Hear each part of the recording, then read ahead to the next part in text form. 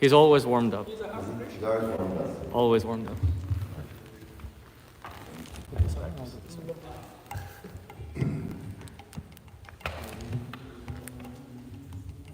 You're joking. You can just use another one, right?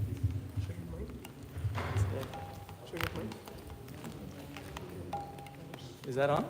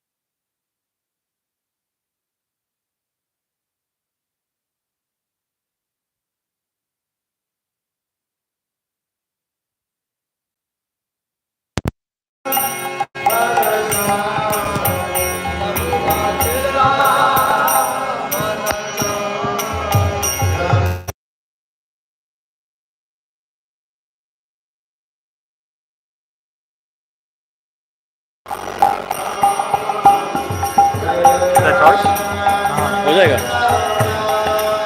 क्या करूँ इसको आधार card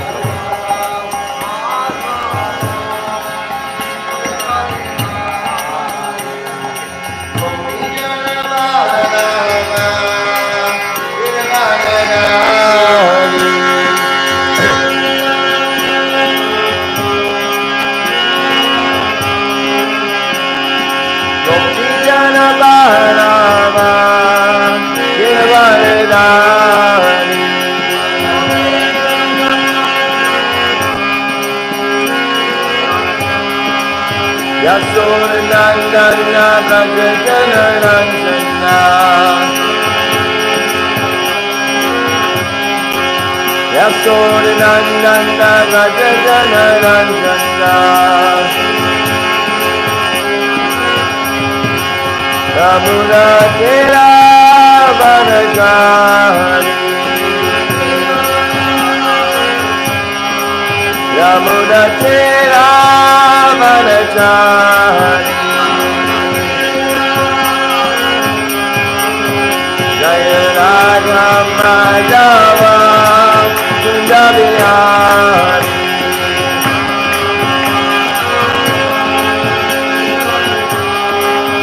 Jaya Radha Madhava Kunda Bihari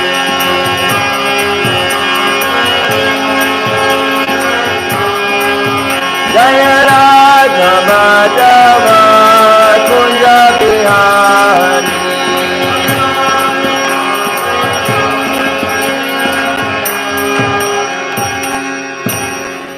Shri Radha Govinda Ki Jai, Shri Prabhupada Ki Jai, Gaur Premanandi, Hari Hari Bol.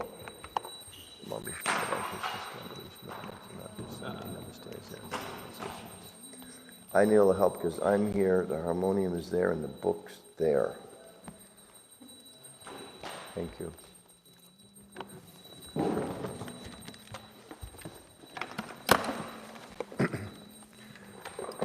Can we put this on this side? Will it reach?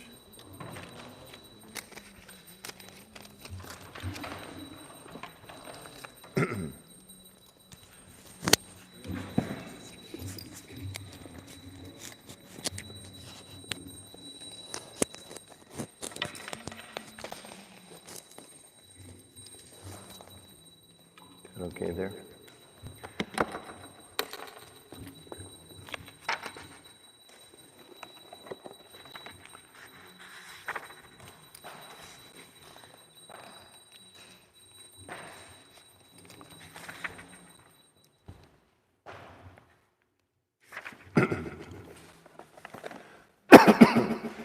Om Namo Bhagavate Vasudevaya. Om Namo Bhagavate Vasudevaya. Om Namo Bhagavate Vasudevaya.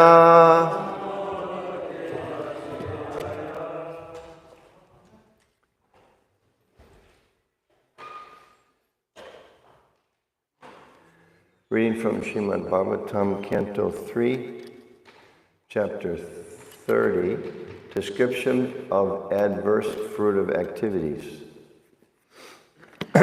Text number 3.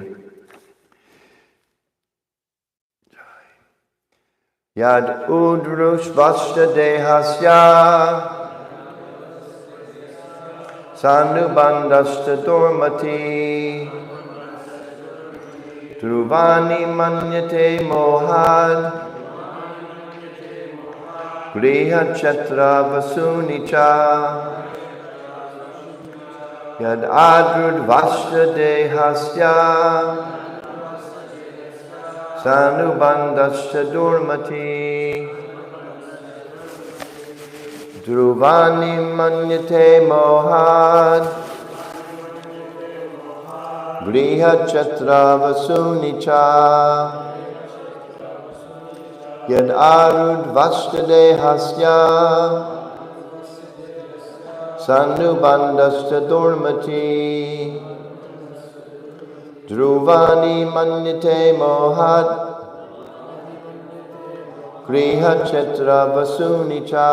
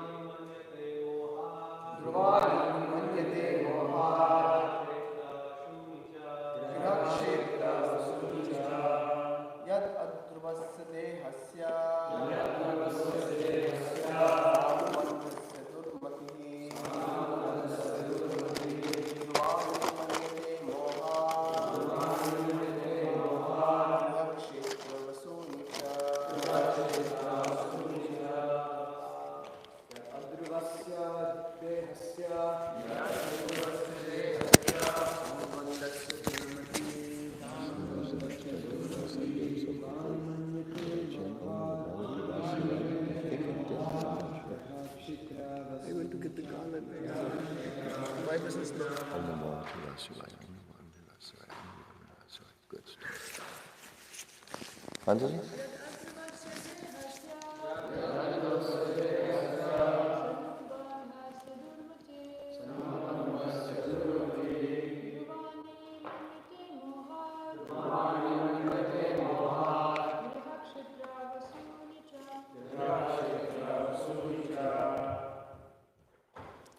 Just checking because we were moving things around. Did we do the invocation? Om Namo Bhagavate Vasudevaya? Okay. I thought we did, but then I thought maybe I didn't do it right. Okay, word for word. Yat, because. Adruvasya, temporary. Dehasya, of the body. Sa anubandhasya, with that which is related. Durmati, a misguided person. Druvani, permanent. Manyate, thinks. Mohat, because of ignorance. Griha, home. Chetra, land. Vasuni, wealth. Cha, and. Translation and purport by His Divine Grace, Srila Prabhupada. The misguided materialist does not know that his very body is impermanent, and that the attractions of home, land, and wealth, which are in relationship to that body, are also temporary. Out of ignorance only, he thinks that everything is permanent. Please repeat. The misguided materialist does not know that his very body is impermanent, and that the attractions of home, land, and wealth, which are in relationship to that body, are also temporary. Out of ignorance only, he thinks everything is permanent. Purport.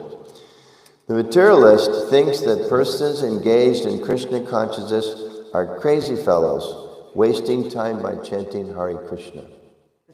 I'm sure you've all had the experience being at Harinam, and sometimes people walk by laughing like, how foolish those people are, right? Crazy people. But actually, he does not know that he himself is in the darkest region of craziness. That's an interesting expression. Usually it's the darkest regions of ignorance, right? But it's the darkest regions of craziness. Because of accepting his body as permanent. And in relationship to his body, he accepts his home, his country, his society, and all other paraphernalia as permanent. This materialistic acceptance of the permanency of home, land, etc. is called the illusion of Maya. This is clearly mentioned here. Mohad griha chetra vasuni. Out of illusion only does the materialistic accept his home, his land, and his money as permanent. Out of this illusion, the family life, national life, and economic development, which are very important factors in modern civilization, have grown. A Krishna conscious person knows that this economic development of human society is but temporary illusion. In another part of Śrimad Bhāgavatam, the acceptance of the body as oneself, the acceptance of others as kinsmen in relationship to this body, and the acceptance of the land of one's birth as worshipable are declared to be products of an animal civilization. When, however, one is enlightened in Krishna consciousness, one can use these for the service of the Lord. That is a very suitable proposition. Everything has a relationship with Krishna. When all economic development and material advancement are utilized to advance the cause of Krishna consciousness, a new phase of progressive life arises.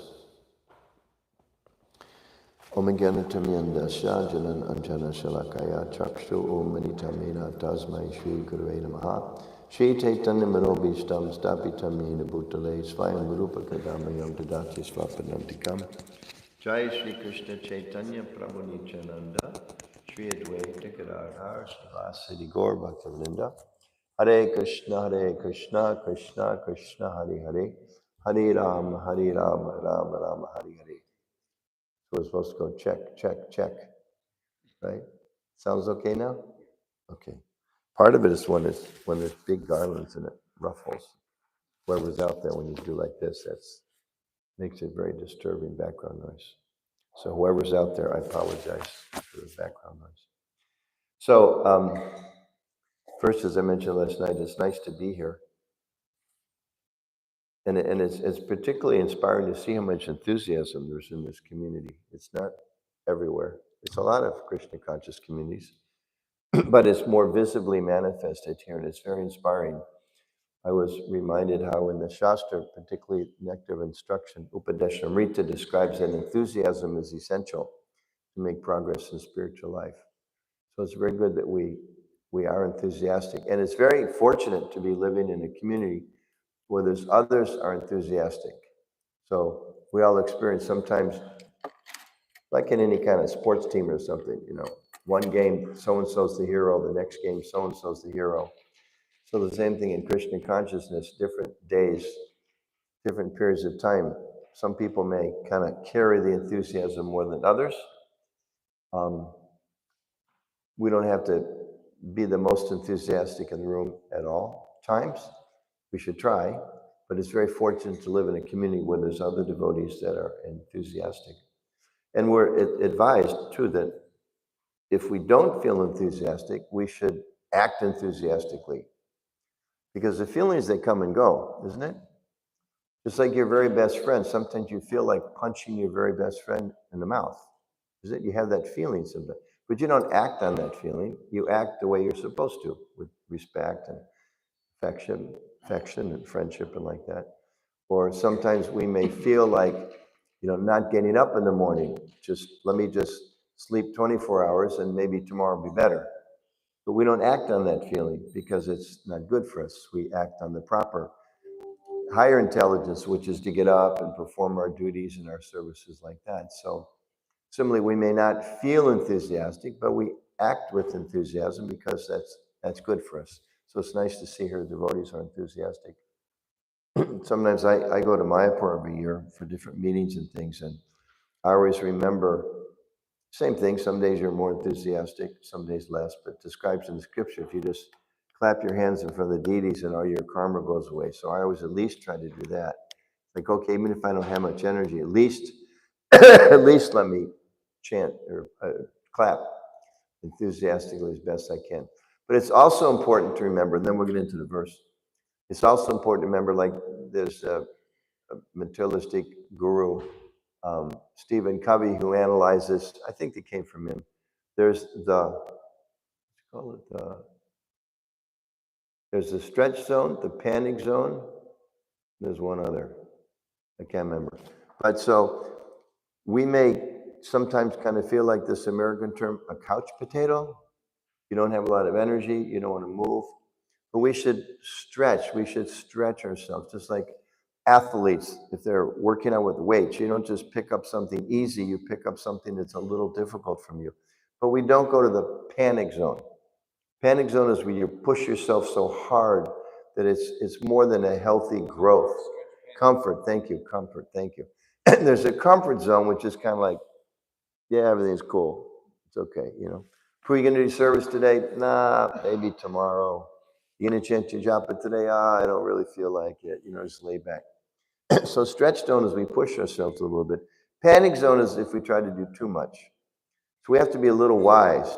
Just like when I was a new devotee, 1975, when I first joined, somebody, I don't know where, because I was new, I didn't know what was going on. But somebody somewhere had said, Prabhupada said you should eat 6 chickpeas a day, if I remember the number right. And when they would serve prasadam, 1, 2, 3, 4, 5, 6. 1, 2, 3, 4, 5. They go down the row like that. So that's a little bit kind of a simple example of the panic zone, in the sense of like taking things to an extreme. So we should be enthusiastic, but we shouldn't to the point of, not getting enough rest, or, okay, I have to control my tongue.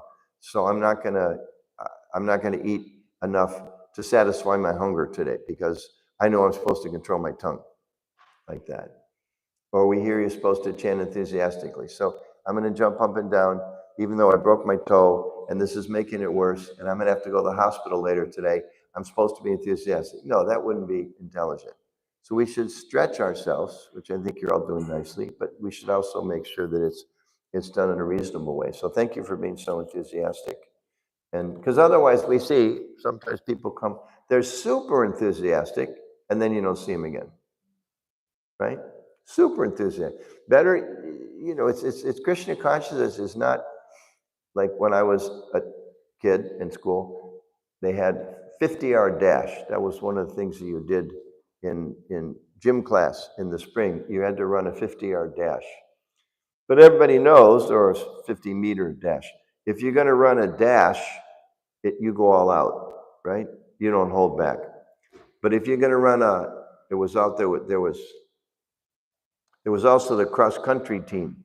Those people ran 1 mile, 2 miles, 10 miles, You don't run 1 mile race or a 10-mile race the same way you run a 50-yard. You have to pace yourself, or else you're going to go all out. And then when you get a quarter way through and not near the finish, you run out of energy. So Krishna consciousness is both being very, very strong and enthusiastic and putting your full heart into it, and at the same time pacing yourself. I got to make this work for a long time. So that's important. And recognizing that our minds and our bodies and they have needs. So we have to be balanced in the way we address those needs. Not that we think, okay, well, I'm just going to give up sleeping and walk around the temple like in a sleepwalking zombie stage because we haven't rested enough. We have to be moderate in what we do. So just a little reminder, because there's a lot of young devotees here, and a lot of devotees that should be my age, they're not around anymore. Too high of a number. Some of them because they push themselves too hard. And then like a rubber band, you stretch it too far, what happens? Snaps the other way, right? So better we keep a healthy stretch. Don't be in the comfort zone. Don't be lazy. Push yourselves, but don't push yourselves to the breaking point. It's really important. So this verse in this whole section, I actually read, I think I read this whole chapter, just the verses, and then read the previous chapter. And wow, these are like, if you remember, these are really like what we used to call brahmachari verses, or brahmacharini verses, The world stinks. You got to get out of it. Materialists are in Maya. We are so much better off. And Jamunacharya said, spit at the thought of material sense gratification. Kijai. So that's very nice. It has its use. It has its use. I remember as I was a brahmachari for 10 years in the Denver temple, and I have a memory of the very first time that there was a wedding in the temple. And the brahmachari room, it later became the Govinda's buffet, but what was the brahmachari ashram shared a wall with the temple room. And I can remember that I guess it was a Saturday because we were back from book distribution. So all the brahmacharis, especially the book distributors, we sat together in our ashram while the wedding was going on, chanting the pastimes of Haridas Thakur and the prostitute. Because we wanted to protect ourselves. And the temple's on the other side of this wall, but we're going to protect ourselves from the energy of sense gratification. And we're going to read about materialistic allurements and how we have to be strong in pushing back against those. So that was also very good in one sense. It kept us enthusiastic for at least some time. But we have to be very careful as devotees that we should be afraid of and inimical to and convinced of the need to overcome the impurities in my heart. That's what we should be afraid of and convinced to overcome and avoid by all means. That doesn't mean we should be inimical to and afraid of and sometimes not respectful to the objects that my mind thinks I can exploit. Just like we may see someone living in a very nice home, as described in the next paragraph here. That home is Krishna's energy that can be used by a devotee in Krishna's service. So we shouldn't be inimical to the home. We should be inimical to the desire that may remain within my heart. Oh, I wish I had that house so I could enjoy or be the master or be the controller. So we have to be very, very careful of that. And people pick up on that. People pick up on that. If devotees treat others with disdain, then it becomes an impediment to people taking up Krishna consciousness. And of course, it's particularly in this context of brahmachari life, quote brahmachari verse. You have to be very careful because in early days, devotees, there was a tendency to think women are the source of Maya. Women are the source of Maya. My desire to enjoy women is the source of Maya. Of course, Kapila, I don't remember which one of these chapters, this one or the next one, where he's describing how woman is Maya for the conditioned soul and the woman in the man's body. And then in the same section of verses, he describes that a woman who thinks her husband or father, whatever, particularly husband, is the provider. She's similarly overwhelmed by ignorance and illusion. So the idea is we have to, whatever kind of body we have to get out of here. We all share the same goal, whether we're Indian bodied or American bodied or male bodied or female bodied or young bodied or old bodied. The same challenge is there to become pure in heart and to become free from the desire to exploit material nature. So this whole chapter is quite heavy. You've all been sitting for a few of these verses. And in one sense, it's a little depressing if you go back and read about the material world. And then particularly there's descriptions about coming up on a brief description of the hellish planet. Just flipping the head here, text 26. The conditioned soul in the hellish world, his entrails are pulled out by the hounds and vultures of hell, even though he's still alive to see it. And he is subjected to torment by serpents, scorpions, gnats, and other creatures that bite him. That's like 1 out of 25 verses or so that describe this in terms of the world. And in terms particularly of hellish planets. And it's described also, Kapila Deva explains that sometimes even hellish conditions are experienced here. And it's very true. And it's something we have to be simultaneously aware of. Right? It's described in Isha Upanishad, one who's in knowledge of transcendence and nescience can get out. You have to see both. If one's absorbed in materialistic consciousness or nescience as objects of enjoyment, it's a trap. It's just a trap for the conditioned soul.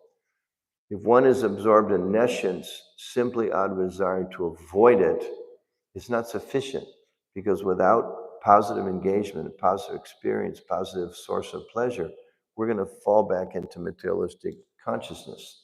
So it's not neti. That's not our process. Our process is simultaneously understand the pitfalls of material life and understand the nature of spiritual life. So when it's described that there are hellish experiences even in this world, we see those all around us. And it's very sad. When I was recently in West Virginia, it's a little more noticeable sometimes in the rural areas, or probably in the city. You walk down certain parts of the city, there's a lot of people live, like described, how the living entity can live in a very filthy situation. And we see that, people living in very, very filthy situations. They're externally filthy and internally filthy. People's minds sometimes are very, very filthy, very, very dirty. And it's a fact, we see hellish sufferings in this world. I mentioned last night in the Sunday feast how it's hard to believe it goes on in, quote, the modern age, but how there's trafficking. People are trafficked. People are like sold into slavery today. I mean, I don't know how it is in New York, but like on the way up here, when you stop at public rest stops, I don't know if they have it in the public bathrooms in the city, there's like a sign. Are you being held against your will? Did someone take your passport? They have your license, etc. There's actually, we don't know. You could walk today into a bathroom, an hour later, somebody could walk in there who's being kept as a slave by somebody. Like, wow, in this age, in this country, in New York City, is that possible? Yeah, it's going on. It's very sad. I was, again, the whole world's full of these reminders to become Krishna conscious. Driving up here, big bulletin board. Are you addicted to gambling? Picture of someone looking very depressed and a number 1-800 addiction or something like that. And it's torturous. People that are addicted to those things, it's torture. It's actually torture. You know, and sometimes you hear about people being arrested because they went to a casino and they left their 6-year-old kid locked up in the car for 5-6 hours in the parking lot. Because they're so addicted, they don't even think about the suffering they're causing to others. And so many, around the planet, so many wars and so much hate, so much fighting. And I just looked up briefly a few statistics. Where's my statistics? Yeah. You know how many people are killed, homicides in the world every year? So homicides and maybe some kind of manslaughter where people cause other people's death. Like you're driving on the road too fast and you get in a car accident and kill somebody. It's some kind of homicide or something. You know how many it is? Yeah, but you know how many people every year? Total homicide and manslaughter? 400,000 people, 500,000 people a year are killed by people. 21,000 people a year in America are killed in homicides. 21,000 people. That's a lot of people. You know how many animals are killed every year? I put this in the context of why so much suffering in the world. How many animals are killed every year? 92 billion. 92 billion animals every year. Every year. Why do they kill all those animals? Because they want cancer, because they want heart disease, because they want to use up all the world's resources, because they want to waste all the food sources. That's the result of it. That's not what they do. But that's the kind of problems that exist. So there's a lot of problems, a lot of suffering in the world, as is described here. The materialistic person doesn't know, they forget that actually this very body is the source of my trouble. And all these things that I'm thinking are going to bring me happiness and bring me shelter, they're actually the source of distress. And this is such an important message for us to remember ourselves and to be able to share with others. That the very things that I'm thinking are going to satisfy me, make me happy, make me content, make me feel protected, are the very things that actually are causing me great distress. And there's a lot of people, just like I mentioned just last weekend, we had our 27th annual Vaishnava Christian dialogue. And the topic was loving your enemy. So we naturally got into all of the difficulties briefly. So many difficulties in the world. So many people cause us pain. How do you, like it says in the Bible, how do you turn the other cheek? As Krishna says, how do you understand to not see one as my enemy, but to see this as simply a person who's enacting my karma against me? How do we learn to see like that? And a lot of people who aren't so spiritually inclined, they're trying to fix the problems in the world. Like sometimes in my communications role, I've been to like vegetarian conferences, and I've been to pro-life conferences, and I've been to environmental conferences, and I've been to religious freedom conferences, big 4, 5, 6-day events, people coming together. Yes, we're going to change the world. We're going to solve this problem. We're going to solve that problem. We're going to make it better. Almost every one of those sessions, those conferences, there's always 1 or 2 sessions on burnout. Like if you've been working the animal rights movement for 30 years, you're going to go to a session with all of your friends, all of your graying colleagues, talk about how do you keep going despite so many problems. Or you go to conference on the environment. How do we keep going? Just like, anyways, we know it's so complex. You know, for every one thing you do that helps, there's another thing. How do you avoid the burnout? Because people realize I've given my life to solve this problem, but it's still there. You know, in many ways, things are somewhat improving, but at the same time, things are somewhat getting worse. That came up in this discussion with our Christian friends yesterday. Like people working so hard, trying to make the world better. And from my experience, Christians are a little stronger in how to like fix things here. Sometimes as devotees, we tend to be a little more aloof than we should. But we're pretty good about making sure we're aloof and not getting too caught up. So that the two need to balance each other. So you do the best you can, but ultimately we can't change it. This world cannot be changed. It is a place of suffering for the conditioned souls. So people get a little burned out by their endeavors to try to make the world a better place. Well, why? Our message is because it's the wrong place. We're in the wrong place. People want to be happy, like described. People thinking my body's permanent. Why is that? Because we're looking for something that's permanent, but we're looking in the wrong place. People looking for relationships that satisfy them, but they're looking for those things in the wrong place. Because our Vaishnava philosophy explains to us, this is the place you go for the people who want to be rebellious. It's like waking up one day and finding yourself in a prison house and wondering, why is everybody so mean here? Why is everybody so angry here? Why is everybody like, they all seem to be organized in little gangs and they fight with each other? And how come I got to be on the defensive? Can't we just be nice to each other? Well, you can do the best you can, but put most of your energy into figuring out how do you get out of the prison house. So be as nice to the fellow prisoners as you can, and don't be one of the people that beats up other people, but focus your energy on trying to get out. And that's the message that we have. And also, we understand that the suffering that we undergo in this world, it's a reminder. It's like I read this section as you go through. It's pretty heavy. It's a little depressing. It's like, wow, it's really terrible. This happens, this happens, this happens, this happens. And sometimes you might think, well, why is it so heavy? Why is the world such a difficult place?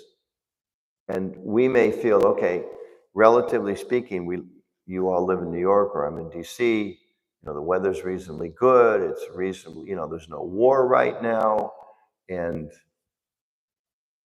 people don't appear to be like starving on the streets right in front of us, and it doesn't, but in other parts of the planet, it's really hell right now. There are people living in very, very hellish conditions. They don't know when the bomb's gonna fall on their house. And they know that the bomb fell over there just a few days ago. They don't know when the next tanks are going to invade, etc. A lot of problems like that, or people that have their their relatives. Again, I saw a program about this trafficking. If somebody makes this arrangement, they pay to have their young, like their teenage kids, go to some other country, maybe United States from some other country in Central America, something like that. They're thinking these people are going to protect their children, but actually they're kidnapping them, and they don't know. And then they lose touch. Imagine how tortured you would be to think that I thought I was sending my child or my young adult to a better situation, and then you lose track of them. You don't know where they are. You don't know what happened to them, but you have some idea of what could have happened to them. These are kind of horrible things that are going on in this world. So again, we may think, well, why so harsh? But then we stop and think, 92 billion animals. People are making a conscious choice to kill. You don't have to kill animals to eat. We all know that. But they're making a choice. I want to kill that animal or pay for somebody to kill that animal to bring me some gratification. People are making conscious choices. They know that gambling is addictive. They know it, but they're still promoting it.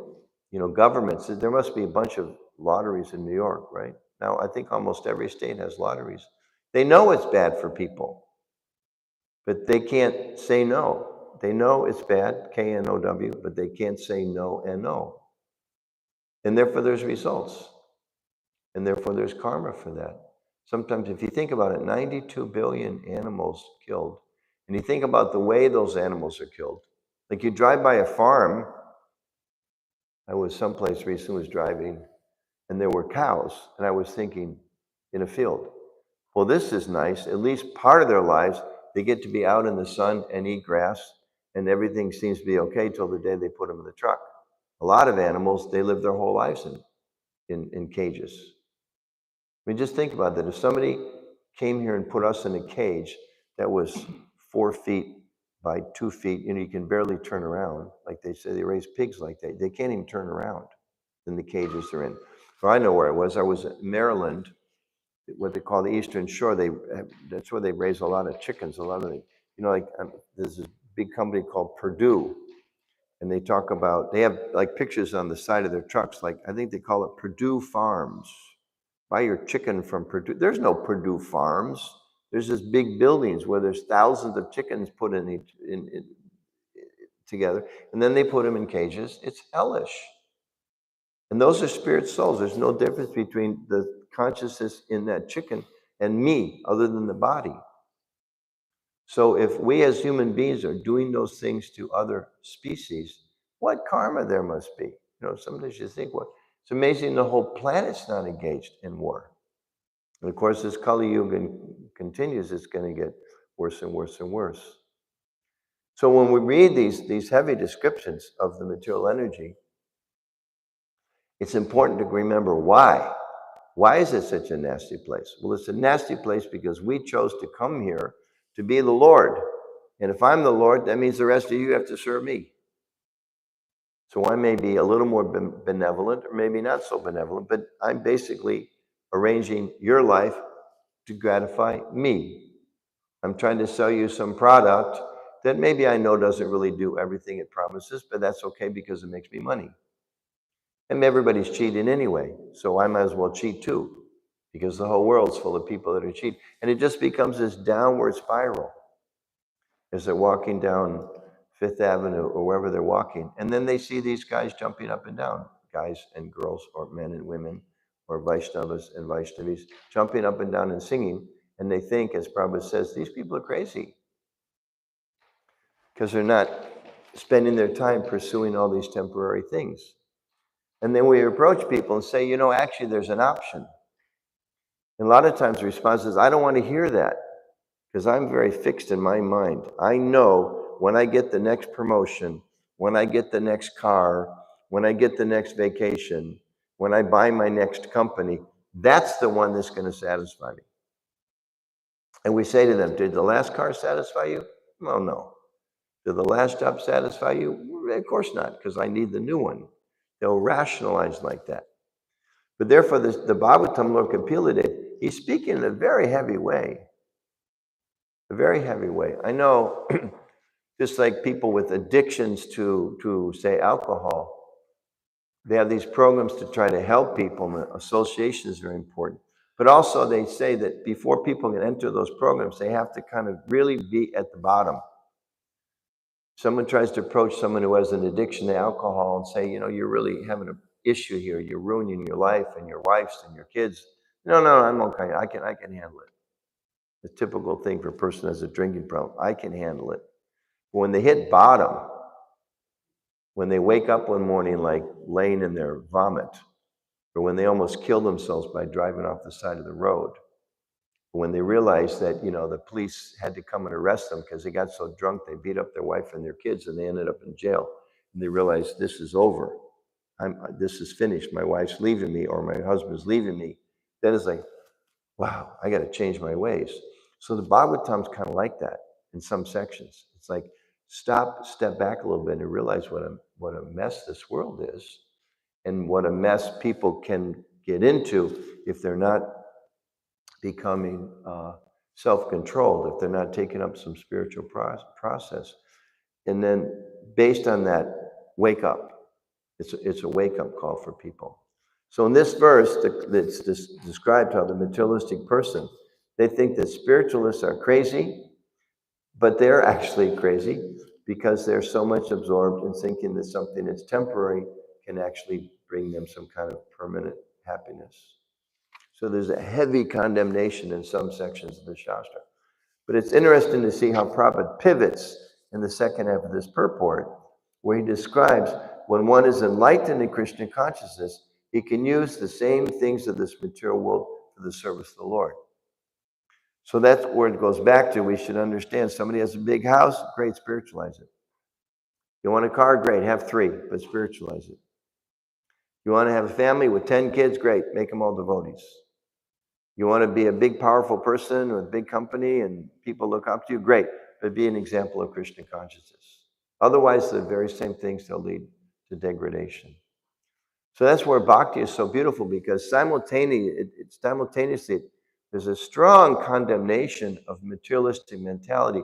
Why? Because materialistic mentality leads to human trafficking. It leads to alcoholism. It leads to drug addiction. It leads to the killing of 92 billion animals a year in horrible, horrible ways that none of us would wish upon our worst enemy. You may have someone in your life that's caused you a lot of pain, a lot of misery, and you kind of wish they would disappear, or you're glad they did disappear from your life. You would never wish upon them what happens to animals every day in this country. So with that much pain being inflicted on others,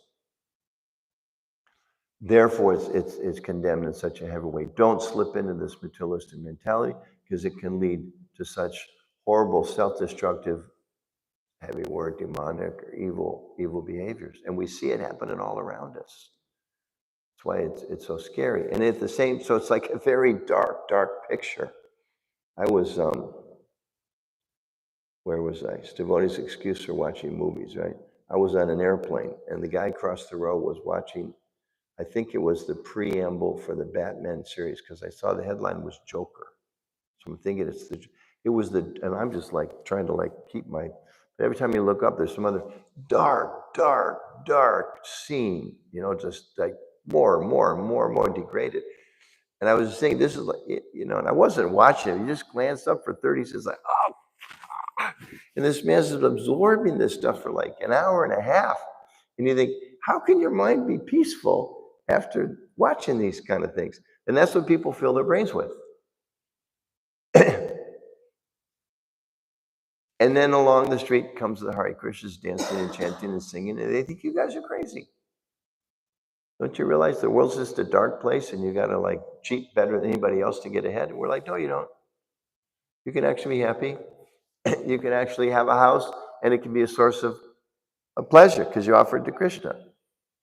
Even people that are living in the higher modes of nature, they have like a big house. As soon as you buy the big house, you realize, oh my gosh, that's a big lawn. Who's going to mow this lawn? And then you realize, I got to buy a big lawnmower. Then you go to get a lawnmower, and then the guy next door's got a better lawnmower. Yours only has 4 gears, his has 6. And your mind goes, oh, I got a crummy lawnmower. And then you hire the local kid to come and mow the lawn, but he doesn't show up on time. So you miss your garden party because you were, it's just the nature of the world.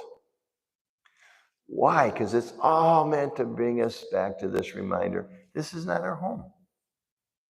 We're meant to be someplace else. And while we're here, we can live reasonably comfortably. We can accept whatever difficulties come because they don't really affect me. I'm spirit soul. And we can share the message of Krishna with everyone as best we can. And spiritualize our homes, and spiritualize our families, spiritualize our friendships, spiritualize our food, spiritualize art and music and culture, and everything else we do can be spiritualized. In this way, as Prabhupada said, the whole world can actually be turned into Vaikuntha, although it's not, but it can be through changing our consciousness and changing the world. And that's the mission of Prabhupada.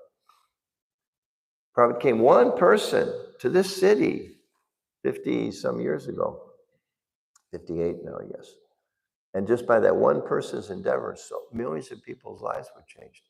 So each of you, you're like little representatives of Prabhupada. We don't have as much Shakti by any means, but we can carry the same message forward and change people's lives. So we should never think we can't change people's lives. That's actually the purpose of this movement, to do so. So just a few thoughts on this classic Brahmachari verse. Some questions or comments?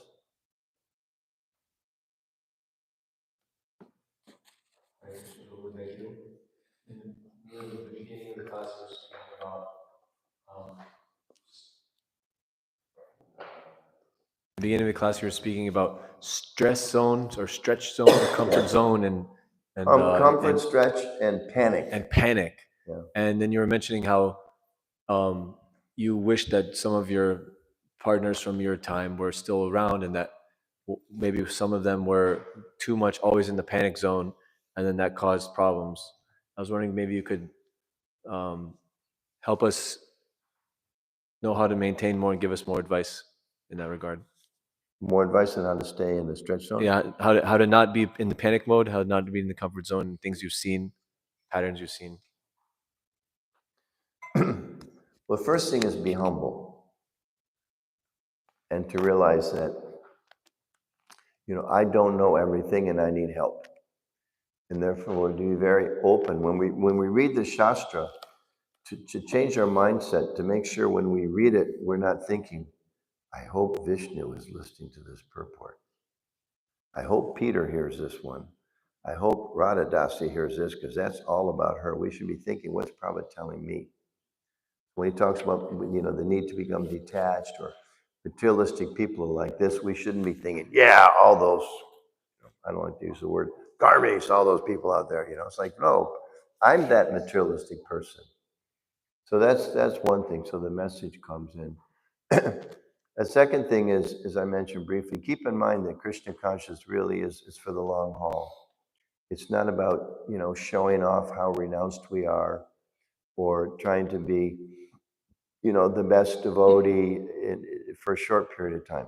It's about how to be a sincere devotee for a long time.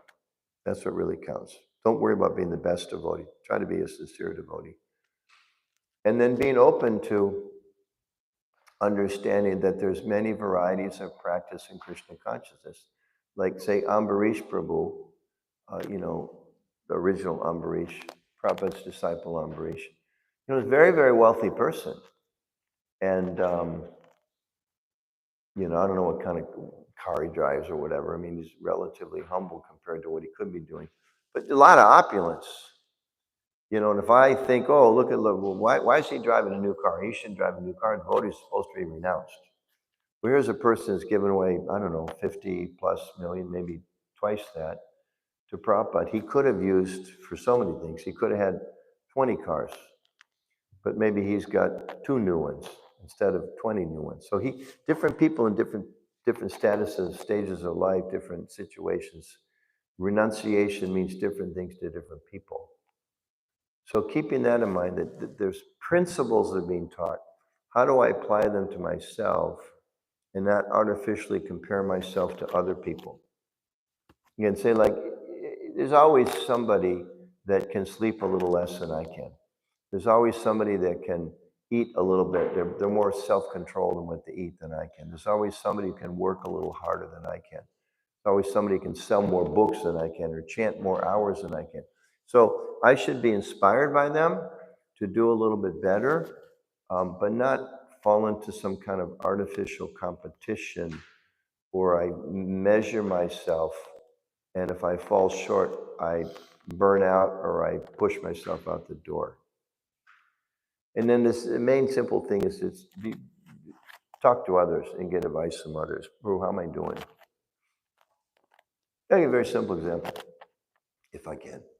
That tune I like to sing for Lord Nrsingadev, I'm not sure where I learned it. I think I learned it from a devotee, Bahudak, who used to be a big kirtan leader in Canada.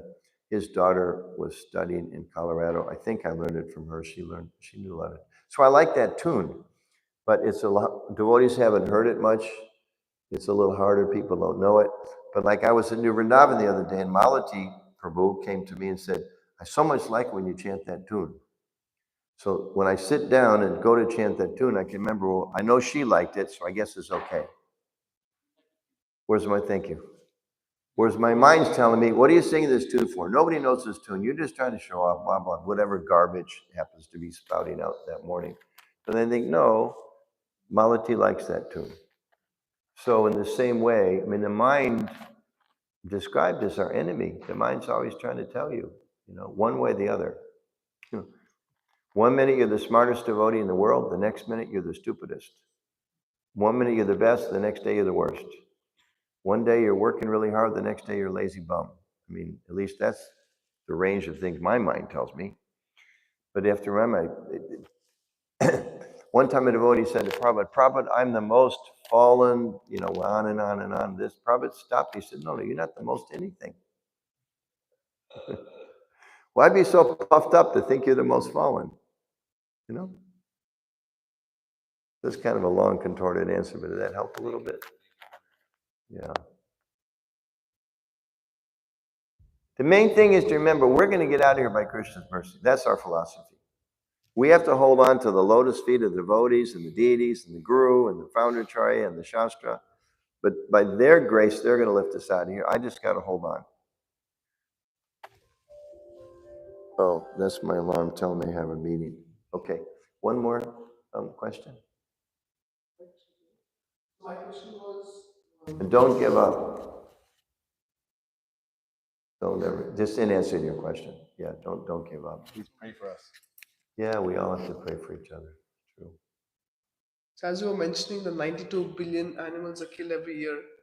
So what as devotees can we do to actually help out? Because though we say 92 billion animals are killed, we still take the milk from the store, and at the same time, say even if we do preaching, we are not. I mean, at least at the current rate of preaching, we are not making thousands and thousands of devotees every year, so that they'll give up meat eating. Nor are we diluting the philosophy to promote vegetarianism.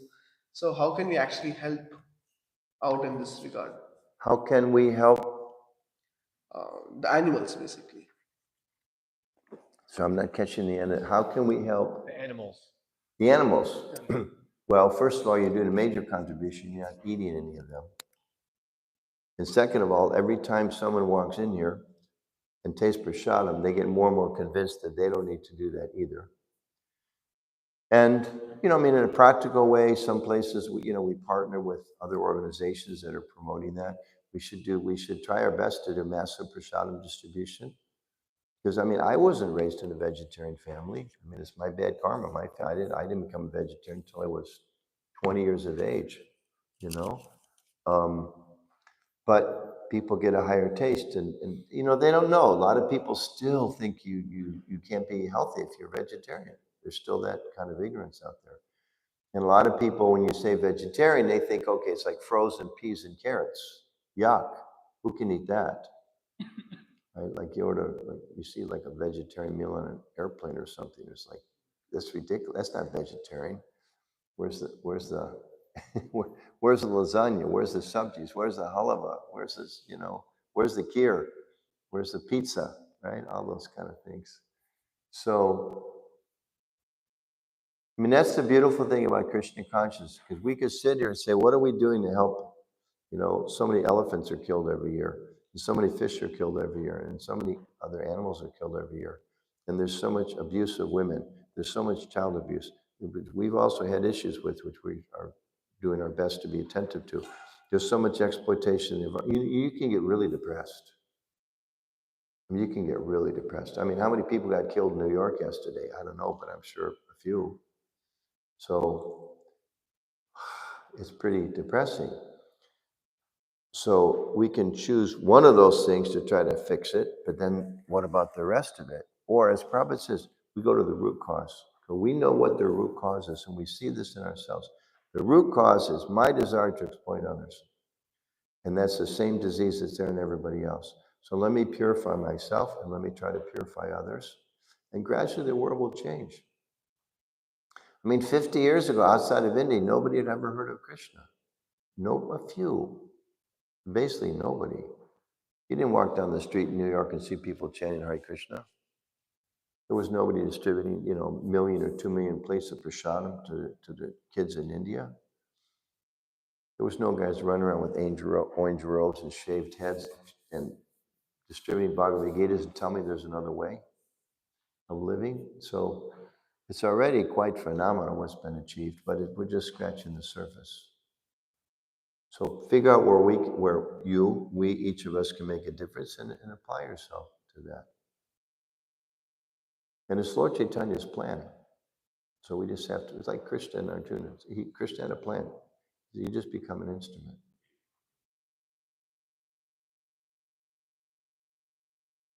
Is that okay? So there's the macro and there's the micro. The micro is we help, give people prasadam and help them understand that you don't need to kill the animals. And then the macro is we're distributing books all around the world, distributing huge quantities of prasadam. So we get up on a small level and on a big level. One more question? Anybody? Yes, Prabhu. I like your hat, by the way. Reminds me who to glorify. I guess kind of a follow-up question to this question, because there are different levels of involvement that we also put ourselves into. And also trying to make us Krishna conscious. There's different levels of involvement. So I'm kind of That's your other microphone. Yeah. I'm kind of asking, do we engage? We should engage based on our realization. So if we feel like we have a lot of realization, then we can go out and try to engage more with people. And if we feel like we have less realization, then we should engage. We should make less endeavor to engage. Is that a correct understanding, or is it true we should make more endeavor to engage to get Krishna's mercy more? Or is it better to get Krishna's mercy by going internal? Is it better to get Krishna's mercy by going external in the preaching field? That's a question. Well, Krishna's mercy is there for everybody. I mean, I forgot the combination to my room and the restroom upstairs, so I was wandering around the basement trying to find there's got to be a men's room here someplace, because I couldn't remember where it was. And there's a Mataji down there cooking. I don't know if she's cooking for Govindas or I don't know what but she's cooking like down in the basement, and she's satisfying Krishna. And she's working hard for Krishna according to her capacity and her individual taste. So, Krishna says, all that you do, all that you eat, all that you offer and give away, as well as any austerities you may perform, do that for me. So, whoever we are, whatever we are, we should try to do that for Krishna. And our movement is based on trying to go out and give people Krishna consciousness according to our capacity. So like you're super, I've seen you, you're super enthusiastic. You you have this ability to approach people with a big smile in a very personal way, in a way that people don't feel, affronted. And it's attractive to people. So you use that to give people Krishna. And there may be some people's like, I can't talk to somebody out there, but I can cook prasadam for everybody. So when you come back, you guys get inspired. So whatever our talents are, we should use for him. Again, in the stretch zone a little bit. And just do the very best we can. And Krishna will help us do more and more. You read those prayers of Prabhupada when he was in Boston Harbor, he said, I have no ability to do any of this. How can I bring this message forward? They're covered by modes of ignorance and passion. How are they going to hear your message? How's it possible? But you can make it happen because you're the Supreme Lord. You're in everybody's heart. You can empower me. You can fulfill the purport of Bhaktivedanta. So in the same way, we should pray to Radha Govinda like that. A few minutes ago, I was totally in material consciousness, days or weeks or months or years. How can I do anything?